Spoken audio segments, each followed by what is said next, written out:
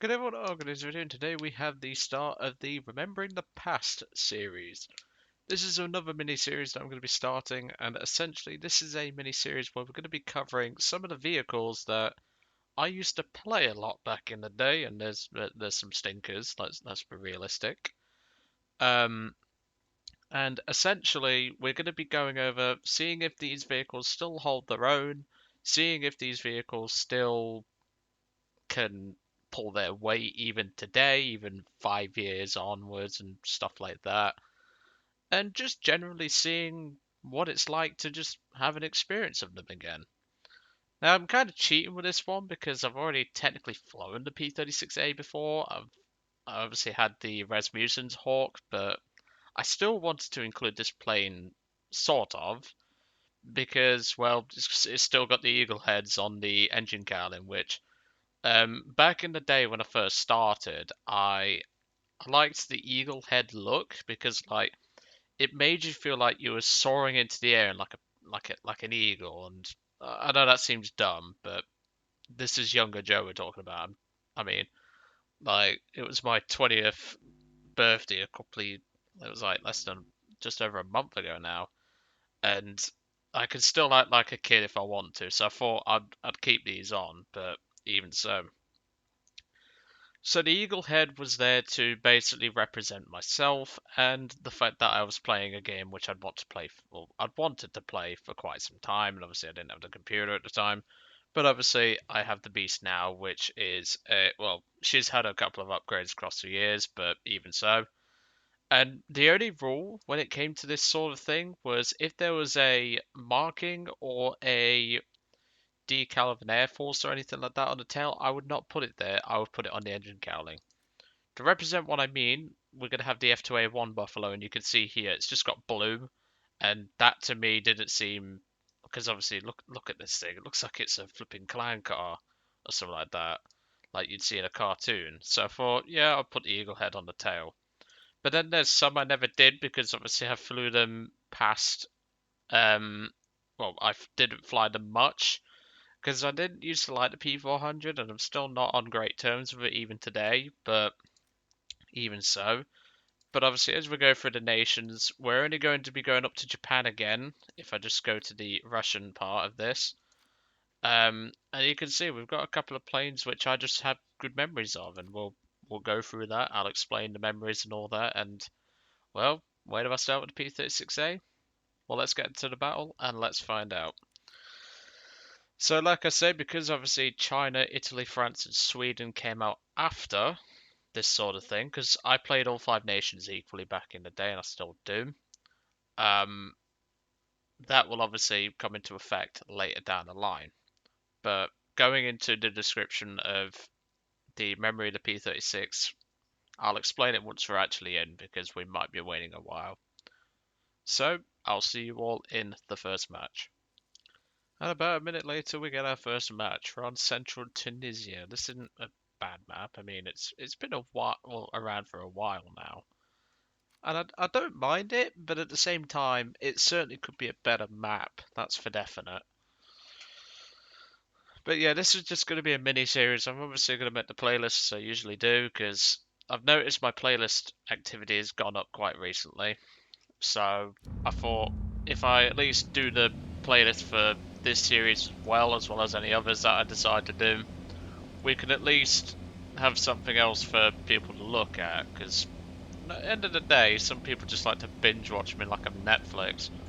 I know I've made that joke many times, but even so. Right. So far, no crashes on takeoff, although I might have just jinxed that. Yep, I almost did jinx that. That P-36C almost crashed it. I don't like the look of this Hawk right here, that H-75. I'm just watching him. Okay, he's alright. Yeah, I thought to keep some of the authenticity of this series, I'd keep the eagle heads on. Because it just, like, I just remember this plane so well. So what's my memories of it? Well, that's quite simple. It was the first plane I actually unlocked. This was the... Because obviously back in those days, the tech tree wasn't as flushed out. and I selected the P-36 as my first unlock. And I'm kind of glad I did, but back in the days of arcade, and I think this still applies to this day, this aircraft used to lock its roll rate really badly. I think it still does in arcade. It doesn't in RB until you get around the 330 miles an hour range.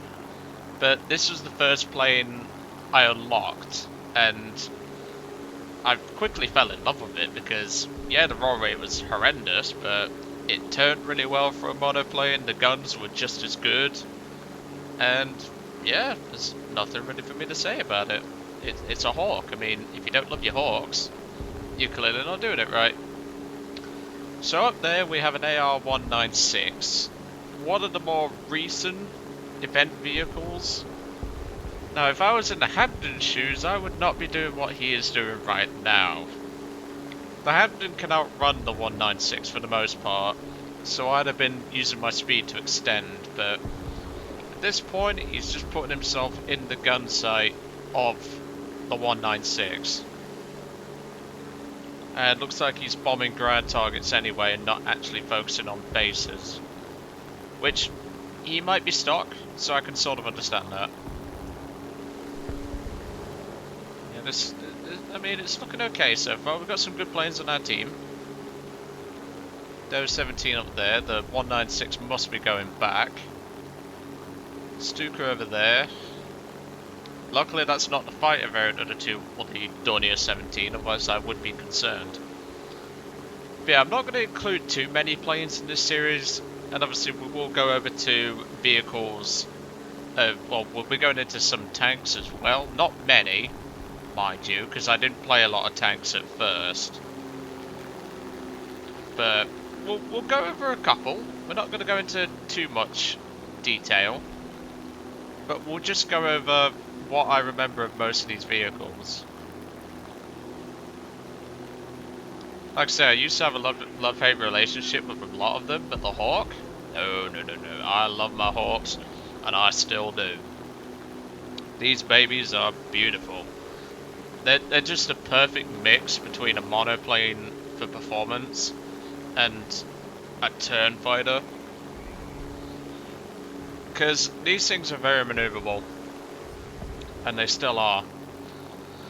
So, let's get down towards this 109, since there's not really a lot at higher altitude. And even then, we have the high ground, so I'm not really too concerned about this guy. Ah yes, there's the stiffiness. I didn't know if it applied in RB, but clearly it does. You can see what I mean. She's getting a little stiff. You just do this. You go up into the vertical with no engine power applied, and she will lose speed very quickly. That's the thing. This thing just had such good new player friendliness handling. I didn't care about the roll rate. And it's just so nice to actually have memories of these planes, because at the end of the day, we all start somewhere. Let's see if we can get this Flegels.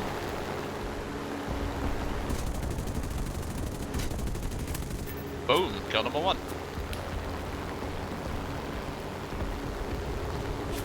Nice and gentle, don't want to over-G the aircraft or the airframe. Although, to be fair, Hawks can take turns rather well.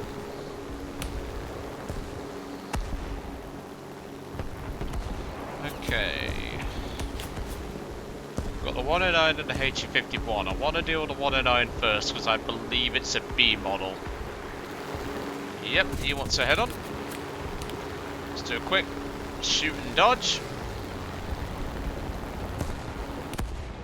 So, I mean, this thing's got such excellent handling for a fighter.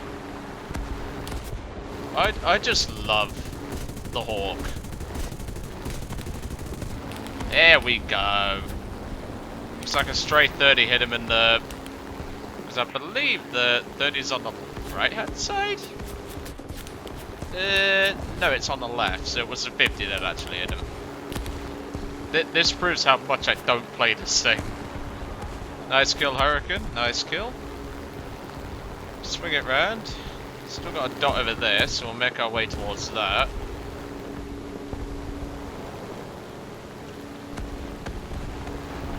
Yeah, even to this day, I still think the Hawks are excellent. And there's the 196. He doesn't have a kill, because the Hampton managed to escape his wrath, which, to be fair, I don't blame the Hampton. But we're gonna have to deal with that guy. Knowing how some people are at low tier though, I wouldn't be surprised if he tries to runway camp. Still, we've got 2 kills so far. Team's doing pretty well. We're down to 3 enemy planes, 2 of which are being dealt with. And we're just gonna have to deal with the 196. Nope. I am not taking a head on with your 20 mils. I would have done that back in the day, but I've learned a lot more than what you think, buddy. Right, now he does have a tail gunner, which I'm going to be concerned about. And that's how you deal with it. Anyone in the comments would like to point out to some of the less experienced players who watch my channel, please explain to them in the comments why I did that. There's a good reason why I did that. Answers on a postcard, although we don't have the budget for that, and I don't get paid enough. Jokes aside, I'll explain it. I mean, you can if you want, if someone wants to, but what I did there was, with the 196, it has a, well, its machine gun is very light caliber, so the ability to shoot around the tail is rather, how can I put it, like, it's not as limited as it would be for like a 50 cal. So what I did there was I tried to minimize my angle of attack against him. And that's why I did what I did, because at the end of the day, I don't get shot in the face and I lose my engine, so. I know someone's gonna say, Joe, you're using a 50 cal against a fucking AA piece. Yes, I know, but the enemy airfield's destroyed anyway, so I don't care. Like, if there was enemy aircraft still remaining, or like, the airfield was not destroyed, I would be saving my 50 cal, but the game's over, so I don't care. 3 kills, 4 ground. I'll take that any day of the week. Not a bad result at all. And obviously, being a low-tier aircraft, you don't get a lot of payout, but to start you off in RRB, this thing would definitely be something I'd consider. But like I say, the whole point of this series is to just get, shall we say, like, back into the swing of things with some of the planes, because at the end of the day, some of these vehicles I haven't touched in years. Let's put it that way. So it's just nice to revisit them. And at the end of the day, you get to learn some of the vehicles that I used to like, and some of them I used to even hate, which could potentially pop up soon. But anyway, I hope you enjoyed today's video on this new mini series. Like I say, it's not going to be particularly long of a mini series, but even so, it's just going to be something that we're going to be trialing, and at the end of the day, if you guys like it, then we'll continue it. But anyway, I'll see you all on the next one.